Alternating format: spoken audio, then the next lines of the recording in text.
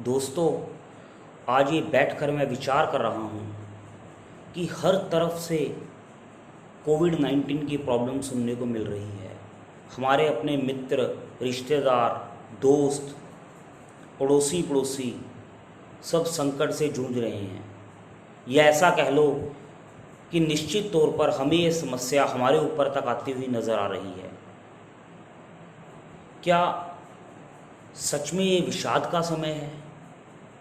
क्या सच में इस बीमारी की चिंता करनी चाहिए? क्या ये आज ये सोचने का समय नहीं है कि आज हम इतने टेंशन में क्यों हैं? क्या कारण है जो हर व्यक्ति परेशान है? मैं अभी किसी संत को सुन रहा था। एक बड़ी अच्छी कहानी मैंने सुनी तो मेरा मन किया मैं आप सबके साथ वो साझी करूं। एक फक्कर संत हैं, वो जंगल में रहते हैं, भगवान का नाम लेते हैं, बड़े ज्ञानी हैं। उनके राज्य में उनकी बड़ी प्रसिद्धि है। जिस राजा का वो राज्य है उसके अंदर उस संत का बड़ा नाम है। राजा को उनकी प्रसिद्धि के बारे में पता चला और वो जंगल में उस संत से मिलने चला गया। संत से प्रभावित होकर राजा ने संत को अपने महल में आने के लिए कहा, आग्रह किया कि आप मेरे यहाँ पर आकर मेरे मंत्रिमंडल में शामिल हो जाओ और एक अच्छा पद प्राप्त करो। आपकी बुद्धि द्वारा मैं समाज का कल्याण करना चाहूँगा। आप न्याय करने में मेरी मदद करना। संत ने मना किया कि मैं जहाँ हूँ मैं वहाँ खुश हूँ, मैं आपके राजमहल में आकर नहीं रहना चाहता। राजा के बार बार आग्रह करने पर संत राजमहल में आने के लिए मान गए। लेकिन संत ने एक शर्त रखी। राजा ने पूछा, क्या? बोले, महाराज, मेरा एक ऐसा कक्ष मुझे आपसे चाहिए जिसके अंदर कोई भी आए जाएगा नहीं।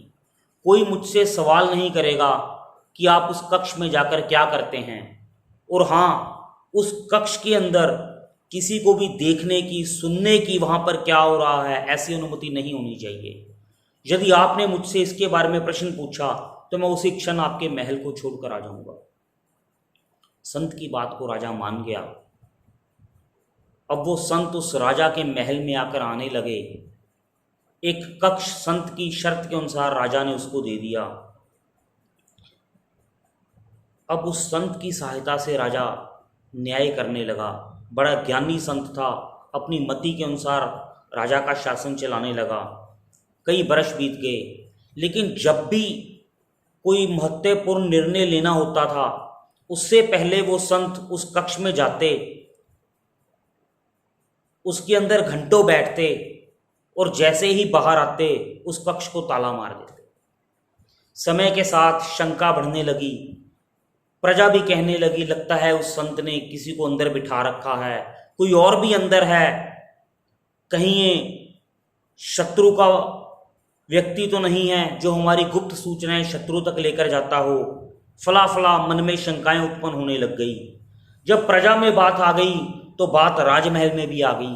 राजा को भी शंका होने लगी, आखिर ऐसा क्या है जो ये बार बार महात्मा उस कक्ष में जाता है, घंटों वहां बैठता है और आने पर उसमें ताला मार देता है। जब मन में शंका आ गई तो एक दिन राजा ने उस कक्ष के ताले को तोड़ दिया और उस कक्ष के भीतर चला गया। जैसे उस कमरे के भीतर गया, देखा वहां पर कुछ नहीं है। पूरी छानबीन की लेकिन वहां कुछ भी नहीं मिला। कुछ फटे वस्त्र मिले, एक और उस संत का वही कटोरा मिला। राजा वो उस कक्ष से बाहर आया और वो महात्मा बाहर खड़ा मिला। उसने बोला, राजन, आपने मेरी शर्त तोड़ दी। राजा ने कहा, किंतु आप ये बताइए कि आप यहाँ पर आकर करते क्या हैं? आज उस महात्मा ने बताया कि कहते, मैं इस कक्ष में आकर अपने वही पुराने वस्त्र डाल लेता हूँ और वही अपना कटोरा जिससे वो भीख मांगते थे उसको लेकर बैठ जाता हूँ और ये याद करता हूँ कि मेरा सत्य यही है। जब मैं आपके राजमहल में आया तो मुझे थोड़ा सा अभिमान होने लग गया कि अब मैं ज्ञानी हूँ और मैं मंत्रिमंडल के अंदर शामिल हो चुका हूँ। लेकिन जब भी मुझे कोई न्याय करना होता था, पहले मैं उस चरित्र से बाहर आता था और अपने एक्चुअल रूप के अंदर आकर उसी चीज़ को याद करता था, उसी रूप में दोबारा आता था जिससे आप मुझे बुद्धिमान जानते थे, ताकि मैं सही निर्णय ले सकूं। इस कथा से हमें क्या शिक्षा मिलती है? क्या हमारे साथ भी ऐसा ही नहीं है? क्या हमें ये सोचना नहीं चाहिए कि जब हम सोचते हैं कि मैं जीवन में ये पाना चाहता हूँ, कभी ये सोचा है कि मैं ये क्यों पाना चाहता हूँ? क्या हमारी पाने की चाहत हमारे विषाद का सबसे बड़ा कारण नहीं है? पाना केवल धन पाना नहीं है, मान यश पाना भी है, सौंदर्य पाना भी है, प्रसिद्धि पाना भी है, पैसा पाना भी है। हम एक उस अंधी दौड़ के अंदर भागे जा रहे हैं। क्या कभी हम भी कक्ष के अंदर बैठकर शांति से सोचें कि अगर मैं ये पाना चाहता हूँ, ये पाकर क्या हो जाएगा? क्या मेरा लक्ष्य सिर्फ इसी को पाना ही रह गया? क्या ये पाना ही मेरा जीवन है? क्या यही सच है? तब हम सोचेंगे कि नहीं, केवल उस स्थिति तक पहुंचना भी हमारा लक्ष्य नहीं है। और हमें लगता है जिस लक्ष्य को हमने आज तक अभी देखा ही नहीं है, जिस चीज़ को पाने की हम कामना कर रहे हैं, उसको पाने वाला सुख हमने अभी प्राप्त ही नहीं किया है, तो हम कैसे कह सकते हैं कि यही मेरा लक्ष्य है या इसको पाकर मैं जीवन में सुखी हो जाऊंगा? हम अपने जीवन में उन चीज़ों से प्रभावित हैं जिन चीज़ों को हमने कभी देखा ही नहीं। हम उन व्यक्तियों से प्रभावित हैं। व्यक्ति क्या, मुझे तो लगता है कि हम व्यक्ति तब से प्रभावित होते हैं। हम 3 घंटे की एक मूवी देखने जाते हैं, हम उस हीरो से प्रभावित हो जाते हैं। उसने ऐसे फाइटिंग की, उसने ऐसे डायलॉग बोले, उसने इतनी अचीवमेंट की, उसने उसको मारा, उसको जीता, उसने सच बोला, सच के लिए ये किया, या जो भी चीज़, जिस चीज़ में हमारा इंटरेस्ट हो, हम उस व्यक्ति से प्रभावित हो जाते हैं। दरअसल दोस्तों, हम उस व्यक्ति से प्रभावित नहीं होते, हम उस मूवी के करैक्टर यानी कि उसके व्यक्तित्व से प्रभावित होते हैं। और यद्यपि हम जानते हैं कि जो ये व्यक्ति पर्दे के ऊपर कर रहा है वो सब झूठ है। जैसे ही मूवी खत्म हो जाती है, ना वो करैक्टर हमारे सामने है, ना उसका व्यक्तित्व हमारे सामने है, लेकिन उसका प्रभाव अपने मन में हम साथ में लेकर आते हैं। ऐसे ही हमारा जीवन है। हम उन चीज़ों से प्रभावित हैं, हमारी आकांक्षाओं के अंदर सिर्फ वही हमने लक्ष्य बना रखे हैं जिन चीज़ों को हमने आज तक कभी देखा ही नहीं। तो हम ये कैसे मान लें जिसको हमने कभी देखा ही नहीं, उस स्थान पर पहुंचकर हम सुखी हो जाएंगे? और उस सुख पाने की कल्पना में हम सारा जीवन अपना विषाद में निकाल लेते हैं। बच्चा छोटा होता है,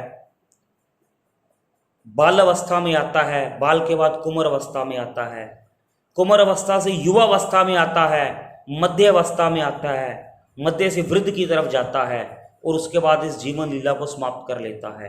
लेकिन सारा जीवन उसी भागदौड़ में जी लेता है कि मुझे कल ये चाहिए, मुझे कल यहाँ पहुँचना है, कल यहाँ पहुँचना है। कभी वो व्यक्ति आज का सुख नहीं ले पाया। क्या हमारा जीवन इतना ही निरर्थक ईश्वर ने बनाया था? क्या हम इतने ही निरर्थक जीवन जीने के लिए इस धरती पर आए हैं कि जिस चीज़ को हमने कभी देखा ही नहीं, उसी सुख को पाने के लिए हम अपना सारा जीवन बेकार कर देते हैं?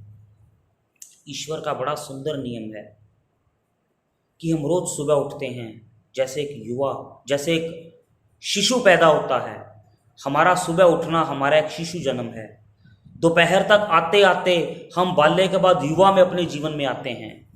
शाम तक आते आते हम मध्य अवस्था में आते हैं, और रात्रि को हम वृद्ध अवस्था में आकर अपने बिस्तर पर जाकर निद्रा में सो जाते हैं। जैसे ही निद्रा हमारे ऊपर आती है, वो हमारी एक शव अवस्था है। पूरी रात मृत होने के बाद सुबह फिर भगवान हमें एक नया जीवन देते हैं। नए जीवन के साथ नया शिशु, नया बाल्यपन, नया युवा, नई वृद्ध अवस्था, और फिर मृत्यु। हम रोज एक जीवन को जीते हैं और रोज एक मृत्यु से निकलते हैं। क्या ये हमें ज्ञान देने के लिए नहीं है? हम रोज एक जीवन को जीते हैं, रोज एक मृत्यु को प्राप्त होते हैं। क्यों ना हम अपने इस जीवन को ध्यान से बैठकर, हम भी एक बंद कमरे में बैठकर, बंद कमरे का अर्थ हम अपनी इंद्रियों को इस विषयों के कमरे से हटाकर, हम अपनी इच्छाओं को एक बार हटाकर ये सोचे कि हम जिन इच्छाओं के पीछे पागलों की तरह घूम रहे हैं, क्या वास्तव में मैं केवल इन्हीं इच्छाओं के लिए बना हूँ?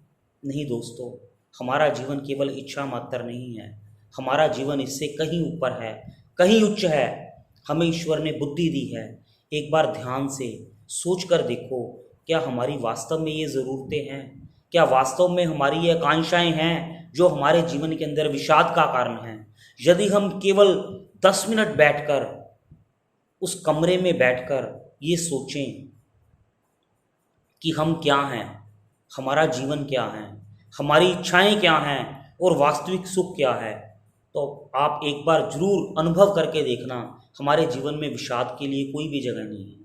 हमारे जीवन में टेंशन के लिए कोई भी स्थान नहीं है, क्योंकि इस जीवन के अंदर सिर्फ सुख के अलावा, सिर्फ आनंद के अलावा इस जीवन में और कुछ है ही नहीं।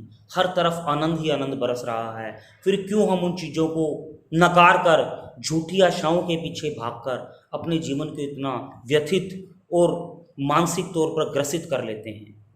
एक बार जरूर करके देखना। जय श्री राधे।